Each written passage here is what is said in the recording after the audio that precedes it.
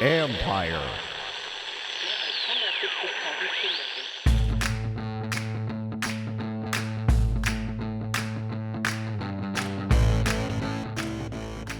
Hello and welcome to my podcast. It's a Therapy Thursday session.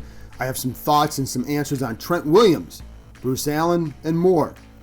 Receiver Steven Sims joins me to discuss his improvement, and Chef Mel drops by and we give you a head start on some holiday meals. His deep fried turkey method is pretty good. You're going to want to buy a deep fryer after hearing this.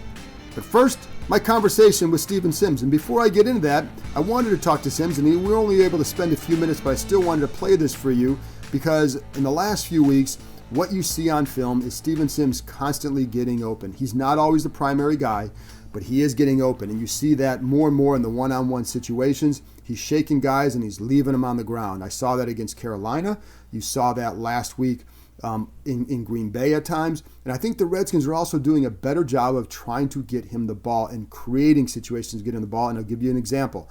Last week there was a one play in which he motions to a stack formation against man coverage and he runs a crossing route. On the backside, they have the tight end, Jeremy Sprinkle, running across the middle, but starting across the middle and then turning up. And what that did is he created a lot of traffic for the corner covering Sims.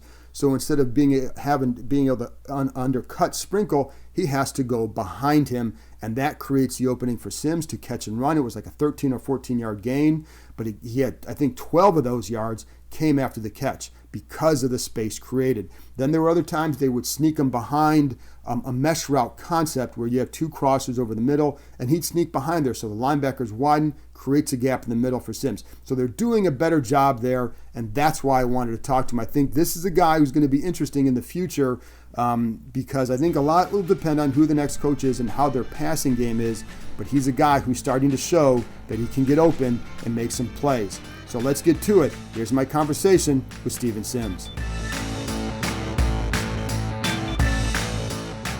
You've been getting a lot more involved lately. What do you feel like? Obviously, they're going to give you a chance, but where do you feel that you've improved to get those more chances? Really just my preparation during the week, slowing the game down, the mental part of the game, and just playing faster on Sundays. I feel like that's what it is. What do you notice? Because like every game now, I'm watching you get wide open, you're killing guys at the line. Where do you feel that because you're slowing down for you, what are you able to do that you weren't maybe too earlier this year? I guess I was just thinking more earlier this season, thinking rather than just playing, reacting to what I see and just playing. And how, like, where do you see that helping you the most out there? Like, are you doing things now that you're just like, hey, that's pretty cool? Nothing really. Just noticing tips and things like that the defense may be disguised in a certain coverage, and I'm just getting tips based off of the film that I'm watching to know that they're in another coverage that they're not disguising. So that's helping me play faster. So when they do rotate after the ball snap, it's no surprise to me. Are you you've kind of had a career where you have to always constantly prove yourself and to show you better. Do you like that? Is that exhausting? What's that like? No, it's always fun. Being an underdog, being doubted. It's always been fun to me. I look at it as more fun than any stress or hard work. It's fun to me. Football is something I do. I feel like I play at a very high level, and throughout all my life, I feel like I've been this way, and I've just been doubted because of my size. So, it was like that coming out of high school too. Were you surprised that you didn't? Because you had Kansas, you had a couple other smaller schools. Were you surprised by that, or just? I definitely was surprised based off of the numbers that I had, but that's just what it was. My situation landed me at Kansas, and now here I am. Were you surprised after the draft? Because again, you had the slower 40 time than you probably wanted at your pro day. Then you didn't get drafted. Would you just kind of say to yourself, well, it's just another time where I got to go prove myself? Yeah, pretty much. That's how I looked at it. My time wasn't what I wanted it to be, but I know I play faster on the field. So that's all I wanted to show was just get an opportunity to come show how I play in real life on the field when we actually got pads on and we're not doing drills. Where do you think you can go from here? Obviously, there's a lot of questions here, but where do you think you can go from here? The sky's the limit. I feel like I can do anything. Honestly, my talents, I feel like I can be a great receiver in this league. I can be a great returner in this league. Whatever a team needs me to be. And again, I'm watching the last couple weeks. You're dusting guys at the line. How much fun is that? Because you had, I think it was against Carolina, you twisted the guy around. You know what I'm talking about, over the middle. Yeah. What's that like to go back and watch it? How much fun is that? No, that's definitely fun. Just seeing yourself compete against guys, that they consider better than you. These guys, first rounders and things like this, guys that they said you couldn't play with, and to see me doing that, it's just show you, it's just, I guess it's a testament to my story. Last one too. You a couple weeks ago, you had the Deion Sanders high step. There's a flash there. So where does that? I mean, I know where it comes from. It's Deion, but why'd you want to do that? And how fun was that?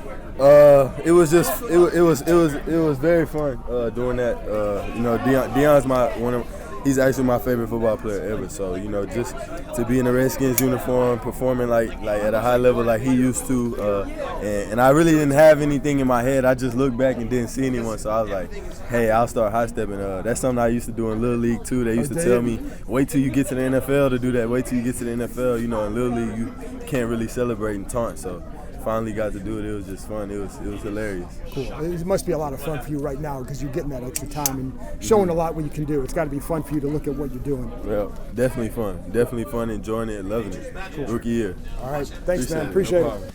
After this break, I'll be back with your Therapy Thursday questions. Obviously, there's a lot of talk on Bruce Allen and then a lot of questions about some ex-Redskins having a bigger role in the organization. I'm going to answer those questions next.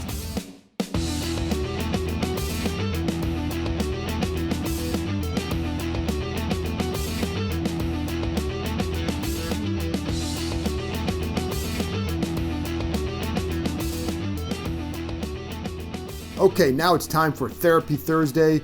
A lot of questions, similar themes, playing off this theme, so let's get to it. A lot of questions here. BG Obsession wants to know, when considering future coaching staffs and their offensive philosophies, what kind of offense would best suit Dwayne Haskins' skill set and which head coach might be the best fit to implement it? Well, BGO, I'm going to start with by not by looking on the field, but for the expectations that the coach sets and how they're able to coach him. What is their method, etc. And I'd want someone to stay on him, coach him hard, but also be very enthusiastic and not so much just complimentary, but somebody who's going to build up more than anything else. I think he'd respond to all that. I think there needs to be a high level of expectation for his approach. If you want to keep this job, this is what I expect you to do.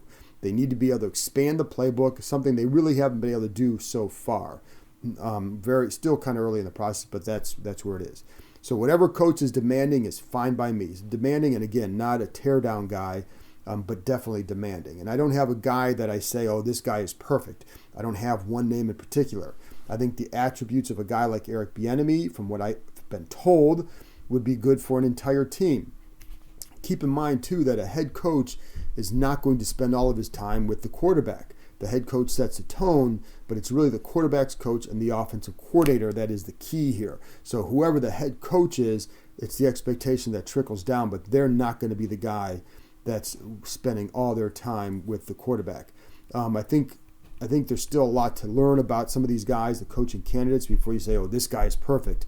You need to learn more about them. I don't like to just jump in there and say, oh, I read about this guy. I want to talk to people about those guys before I get to that point. I want to find out why they might be hard or why they're not. And as for the style and all that, I did ask somebody about that here, what they feel he'd be best at in an ideal situation. And they pointed to the play, pass, quick game. They felt that Haskins could be very good in this area because of his size at the line, allowing him to see a lot, and they liked his compact release. So they felt like that would be a good fit. From there, more play action and then driving the ball down the field. They've had to work with him on playing from under center so that way he and the offense is not predictable. And there has been some predictability at times with this. That's a big key here. And so right now I don't feel like they can implement everything because the emphasis has been on the run game. And then, typically they're throwing in obvious throwing situations, so he's dropping in the gun where he's also comfortable, but they like the play pass quick game from under center. Anyways, on to #FireBruceAllen, hail to old DC. Could we believe that Trent Williams might be in a Redskins uniform and helmet next season if Fire Bruce Allen is successful?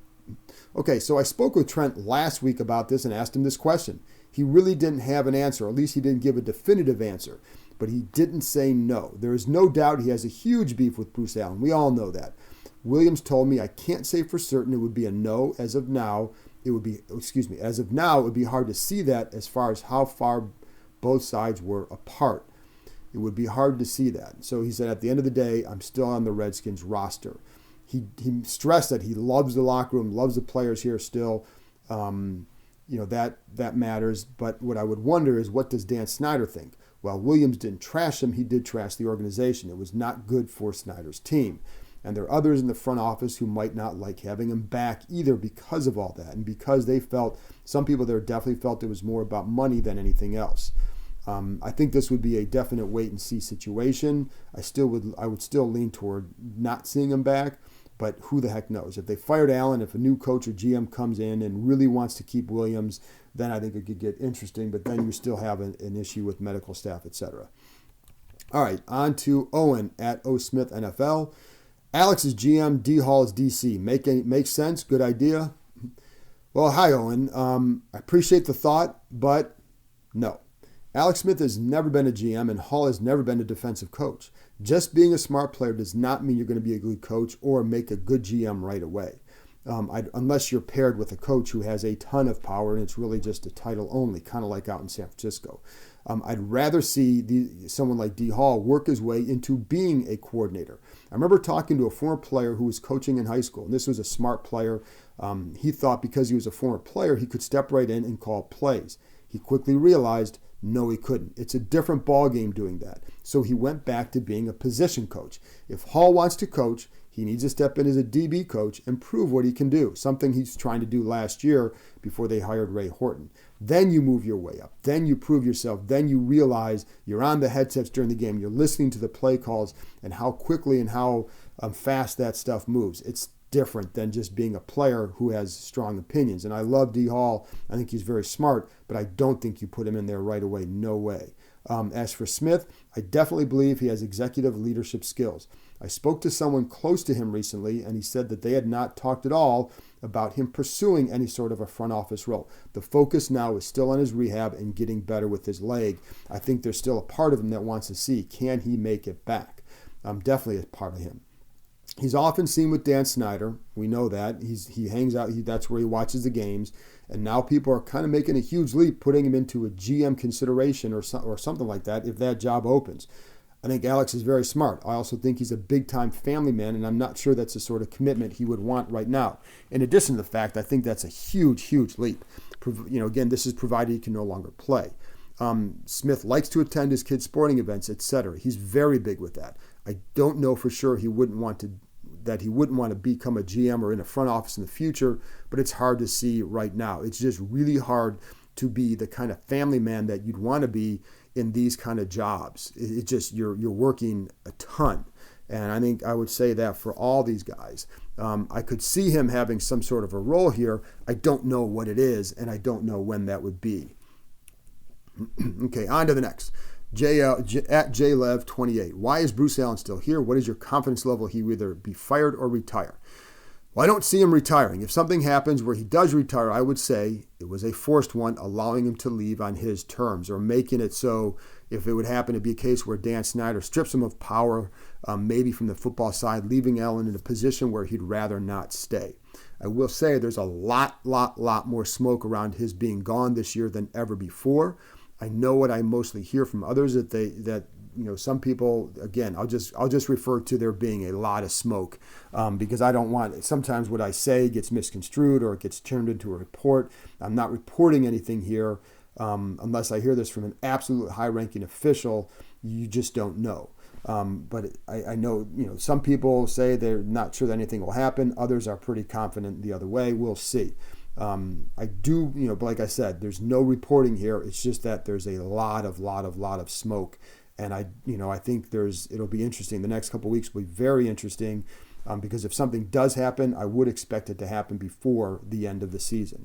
I do believe the NFL wants the Redskins to get this mess cleaned up, By mess, I mean the situation with the fan base. This isn't good for the league to have an iconic franchise fall into this sort of an abyss. And I think that's why you hear reports or you hear stuff about how Snyder is looking at him a lot harder than he has in the past. And I've said this before. One of the things I was told, one of the thoughts was that there was so much going on at the end of last year that while everybody gets evaluated every year, but the evaluation maybe wasn't quite as deep because last year you had all the injuries. They were 6-3.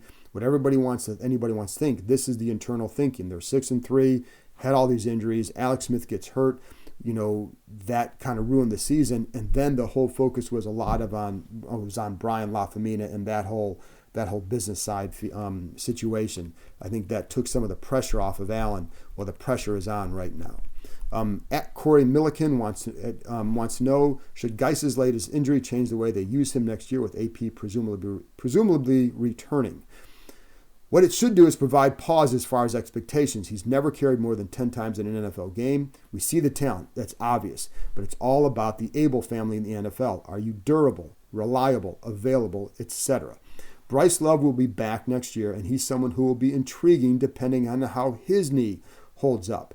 So what it should do is force the Redskins to seek other alternatives just in case. I mean, when you look at it right now, you'd have 2 running backs coming off knee injuries and another one who will be pushing 34, 35. That's not the ideal situation. We don't know what's going to happen with Chris Thompson either. He is a free agent.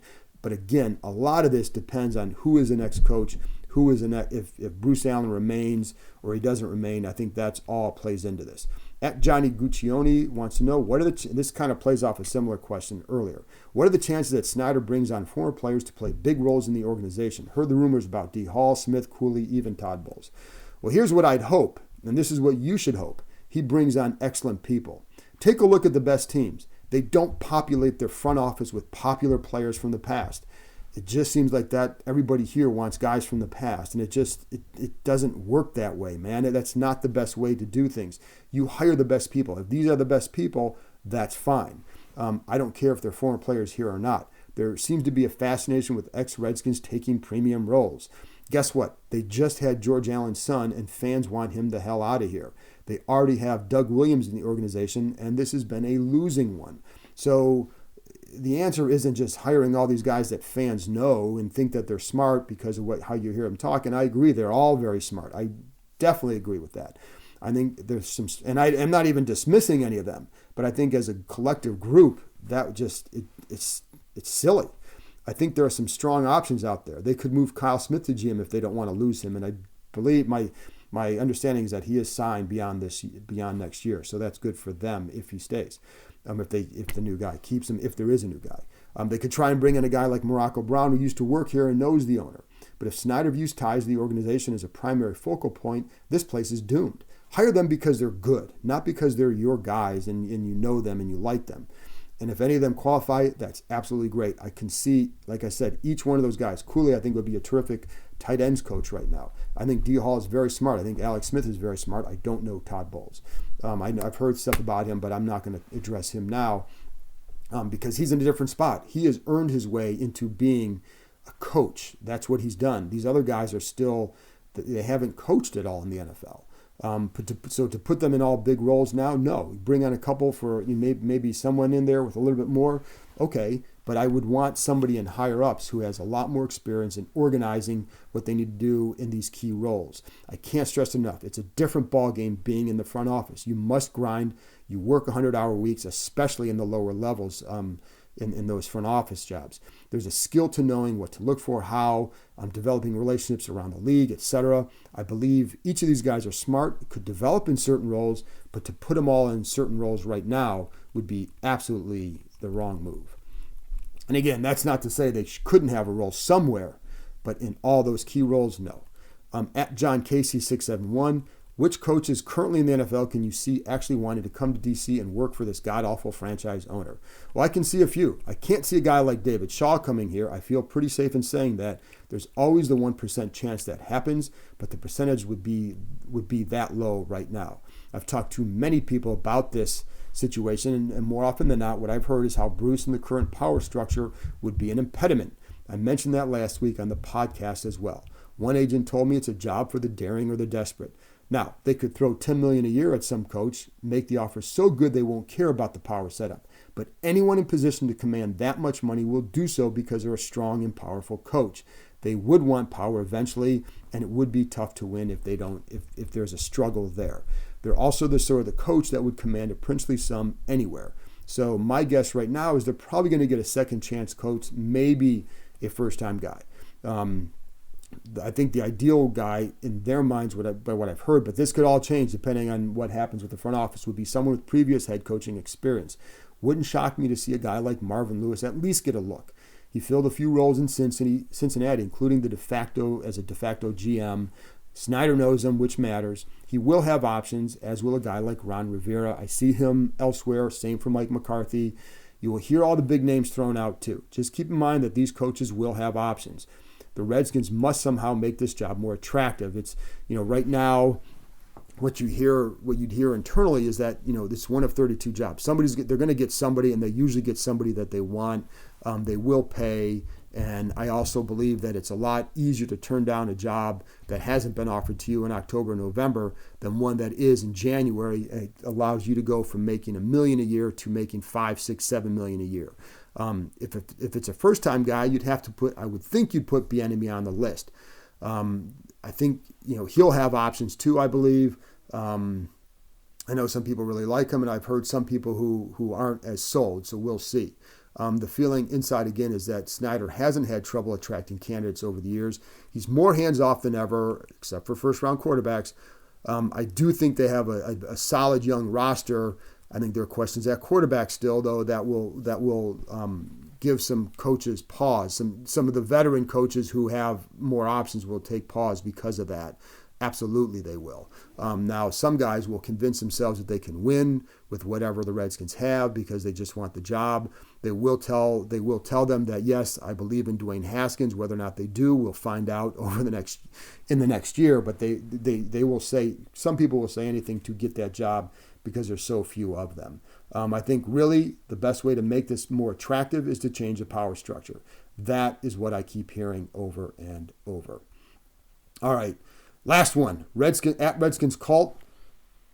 This might be controversial. Your top 5 must-watch Christmas films of all time. Oh, man. Okay. Let's start with Christmas Vacation. Then, because of nostalgia, Wonderful Life. Used to always watch that with my family growing up. On Christmas Eve, we watch it with our kids now. So it has a kind of special place. Miracle on 34th Street, the original one. I put that on there because that's what my wife and I would wrap our gifts to when we're doing stuff for the kids. So that's why that's on there. Elf, that would be another one. And then, this one might get me in trouble. It's probably Love Actually. I know, I'm going to get ripped for that one. Can't help it. The heart wants what it wants. But again, that's something that we watch with my wife, whatever. And so enjoy that one. Coming Close, The Santa Claus, Home Alone. I think that would be higher on the list. The last one would be higher on the list. But my youngest son probably watched it 300 times growing up. I think we all kind of got burned out on that. I did not put Die Hard on there, and that's that. All right, that's it. That's it for the Therapy Thursday. Coming up next, it's Chef Mel. We talk some holiday meals.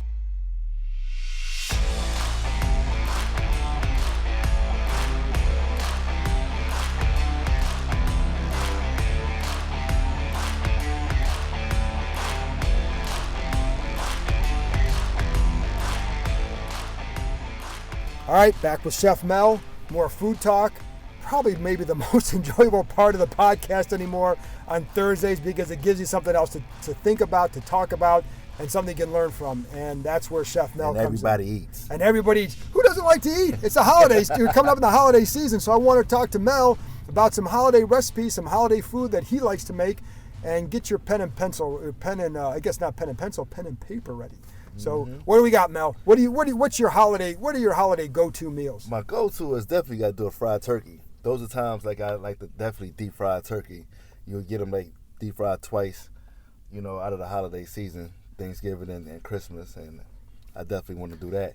How do you do your deep fry? I haven't done the deep fried turkey. I inject that baby up, man, with some Cajun, and then I also season and everything. I really don't put too much seasoning on the skin, when I'm frying it, and the reason why is that because all of it fall off. I don't really do all that until afterwards.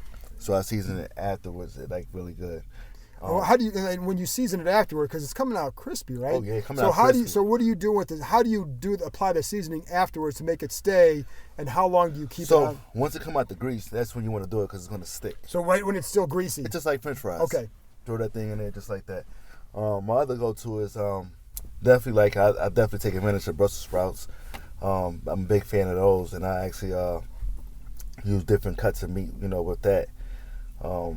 That's one of my go-tos. So when with the Brussels, because I love Brussels sprouts. Oh, I love them But when too. you do them right, not when people think of that. It's like when you just steam them, whatever. No. Nah. And I think one of the keys to me is you got to get some saltiness in there. So ham or bacon with it. Yes, bacon. You got different pieces of meat that you could use with that. Definitely, I would go with bacon too. Bacon is like a really good. Because you want that saltiness to offset some of that bitterness with it. And then use the balsamic vinaigrette to go with it too. Yeah. You like the balsamic vinaigrette with balsamic, it. Oh man, amazing. What else do you put in there when you're cooking it with it? Because I will do like my wife will throw in sometimes like rosemary. Rosemary, really? Yeah. Rosemary is it enhances the flavor. It's really good. Don't be taking out my notes now, John. Like I'm jotting down rosemary because I'm telling my wife because we make them now, so I want to know. You can use speck. Now you can use speck for the meat. If you want to. Your speck is really good. Speck would go good with the Brussels sprouts. Now also, I'm a little different than everyone. Traditional holiday stuff. I do like Jamaican oxtails. Jamaican oxtails. It's a beef. It's a good beef. Yes, it's really good. It's really good. Like I said, I do seafood. How do you cook the oxtails? Oh, 2 hours. 2 hours.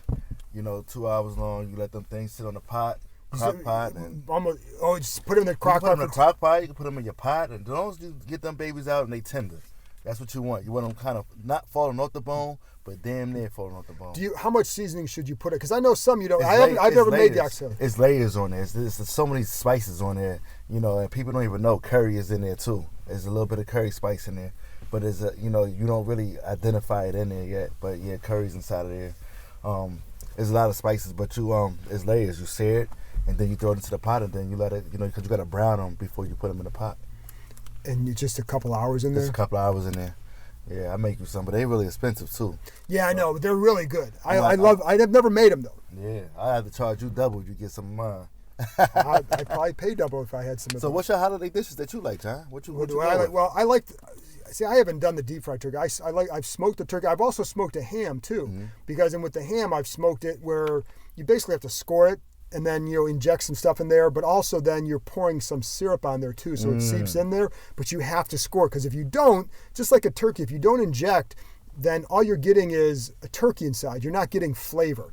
And so I think the same thing is true with the ham. To get the flavor inside there, you've got to inject, but then you can put I think it's like a brown sugar and a syrup based rub on top of it, glaze. And but like the hard part for me with the holidays is I'm typically busy, so I don't have a chance to cook as much as I normally would, because like on Thanksgiving the last couple of years we've been working. Yeah. And Christmas Day a lot of times it's for some of the stuff you got to prepare. So we will do like some sort of a prime rib on a Christmas Eve. Man, I forgot about the prime rib. You got to sit here and get that going. Yeah. But it's like really what you want, like whatever you want to make your holiday special or make it good.